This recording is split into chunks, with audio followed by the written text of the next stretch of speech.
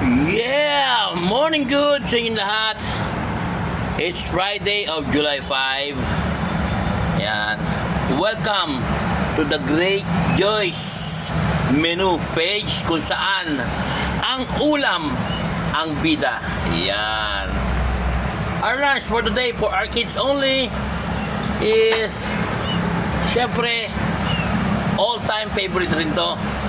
Ito ang pork chop steak. Yan. Tama ba? Pork chop steak. Yan. Napakasarap yan. Ubus ang kanin pag yan ang ulam. Yan. You know. Woo!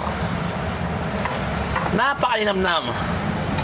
Please like and follow the Great Joyce Menu or the Great Joyce page kung saan